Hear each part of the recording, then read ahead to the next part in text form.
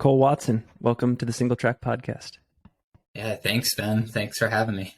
It's a pleasure to have you here. And I do want to cover a couple topics before we get into Western states. And the first is you ran at the University of Oregon well before you got into ultras. And for folks that have operated outside of the trail running bubble, that's one of the most, if not the most prestigious track and field school in the country. So what was that experience like? Yeah, I mean, it was a dream come true being an Oregon guy, getting the chance to run there. Every year they're bringing in the best people, not only around the country but around the world. So to have a chance to run with some of those folks, I was there for 5 years. So I left in 2015, started in 2010. So when I came in, I think AJ Acosta and Matt Centrowitz were juniors and seniors, and to see them kind of go through the process of the post-collegiate stuff. Yeah. It was really cool to, and that's a big reason I went there is I kind of felt like it was a sort of a post-collegiate factory. And that clearly didn't happen. I didn't become a professional miler or anything like that. But my time there, just the magic that you felt walking around the campus and the history and the facilities and the people I got to work out with and the relationships I got to build, it was, it's irreplaceable. And, there's only really, in my opinion, one place you can kind of get that kind of history and that kind of company in the country, and that's the University of Oregon. So I was really stoked to be a part of that. Did your experience in that program energize you and inspire you to want to keep running after your collegiate years, or did you have to build that back to any extent? Because I've heard it on both sides with athletes that have come on the pod. Yeah, I mean, I think I had to take a step back. I mean, I was good coming out of high school, and so I deserved to run for the University of Oregon, but I just didn't progress at the rate that was going to enable me to run professional track. But I still loved running. I'm really thankful that I didn't get so demoralized that I resented, the sport that had given me so much and the opportunities it had given me. So I think that's what I'm most thankful for, is that I didn't blame running. And I know that, it's just easy. It's an easy slippery slope to kind of fall into, but I still wanted to stay connected to it after college. And so I had the opportunity to coach a community college program that was starting up in Medford, Oregon, which is in between Rogue River and Ashland, where I grew up. And I ended up working at the running store part-time in Ashland with Brett and Ryan Gelfie and Hal Kerner. And, they kind of ushered me into the trail stuff. After I played around with some road things right out of college, but it was that was kind of how I guess I stayed connected to the sport, was just doing whatever I could to give back as a coach, or I love gear and shoes and stuff like that. I went to college and got a degree in product development and design, and so it was really fun to sling shoes and stay connected to my roots.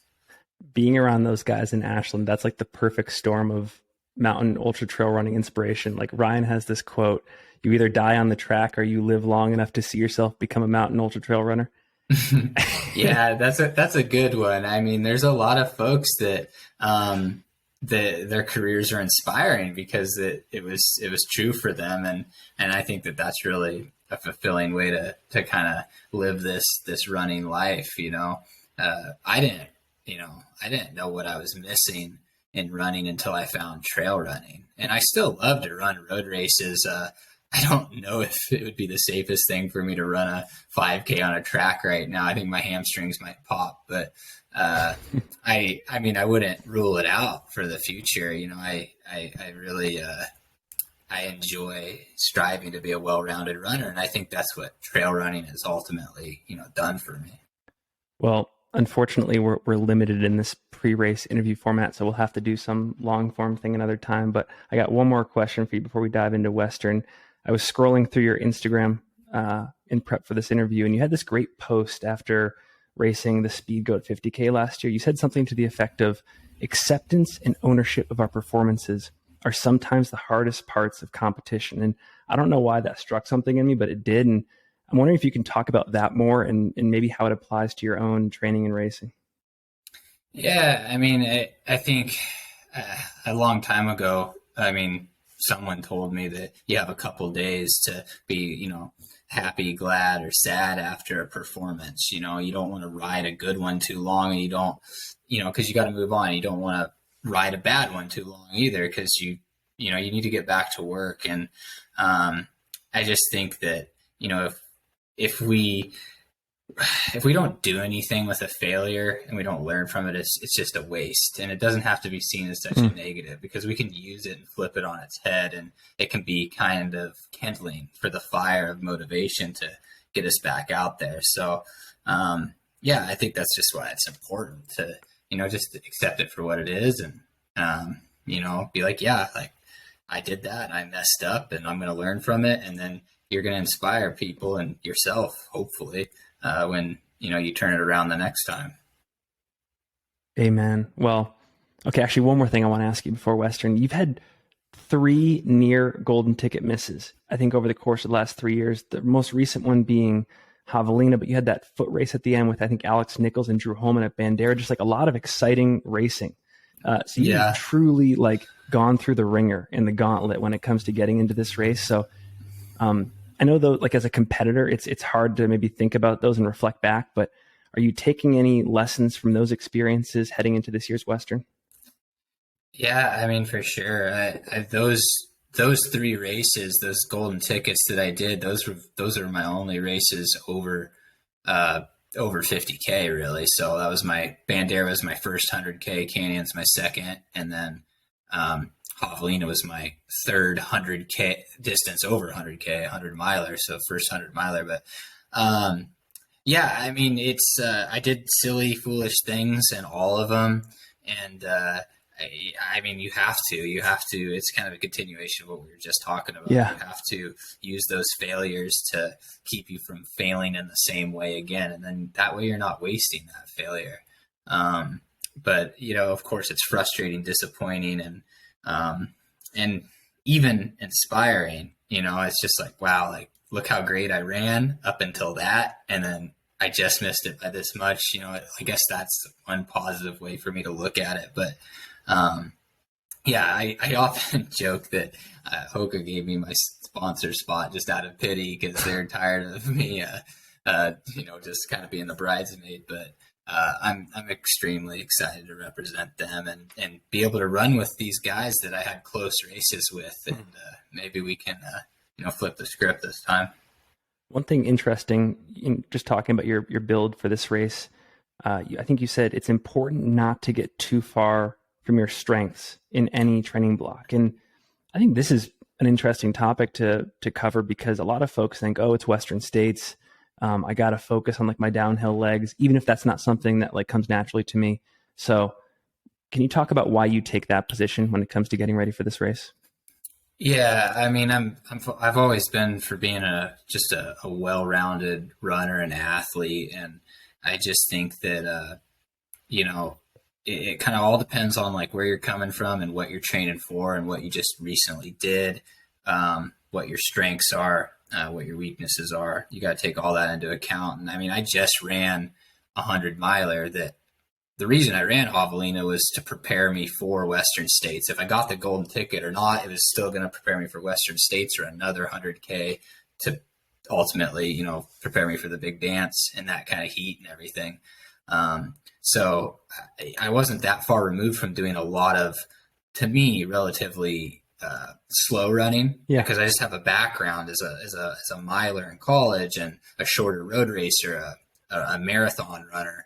So I have a lot of ability to turn over and do faster workouts. But I spent so much time prepping for Javelina, all through the summer and the fall of 2021, doing some slower, longer running, that I just thought, okay, I need a break from this. And I'm not going to necessarily lose, all that strength endurance that I built up for training for 100 miler and Javelina if I do some of the shorter, faster speed stuff. So I mean, my coach, Ryan Gelfie's my coach with Trails and Tarmac. We just kind of decided, hey, it's a long time until, the last weekend in June. And this, I found out that I was in a couple days before the lottery, in December. So we kind of toned the mileage down a little bit, got back to some half marathon road based workouts. I even did some stuff on the track. Did that for a couple months, and then we slowly started going from less specific to more specific. But I was in a position where I didn't have to race myself in like a lot of other folks, which is just a great place to be, in my opinion, because you can really over race yourself at these distances, I think. And I think I'm fortunate to, I mean, it's a blessing and a curse. You have a lot of experience running ultras, or you're like me, and I don't have the most experience running ultras of the 100K distance and above. I have a lot of sub ultras and 50K performances, but I just, I think I'm lucky to have not over raced at the distance. Didn't want to do a 50 mile or 100K. And then even in training, we just spread it out. Like I think I ran 35 miles a couple times, but it was, I was doing that at least once a month since January almost. So I think maybe quantity in the amount of times that I was running longer distances than the quality and the duration of it, kind of. Do you think, just given what the experience that you've accumulated the last year and a half, counting Javelina, do you feel like you have enough intel at this distance now to harness what everyone says is like truly elite, extraordinary talent? Yeah, gosh, that's a little bit of a hard question. I mean, dude, if I poll the town of Ashland, Oregon, they are telling me you're like the next Jim Walmsley once you have the experience at the distance. Well, they're very gracious folks. I miss all those people. I've been really taking like a very conservative, like long approach with all this stuff. I think that it's just a never ending game, Finn. Like, I mean, we set the bar where we set it, but it's once you achieve it, it's kind of like, well, what's next? I guess that's always been my attitude. And it's like, I'm not saying I don't live in the moment, but I think that my expectations for the race, are to take sustainable baby steps. Like, this is my first time around.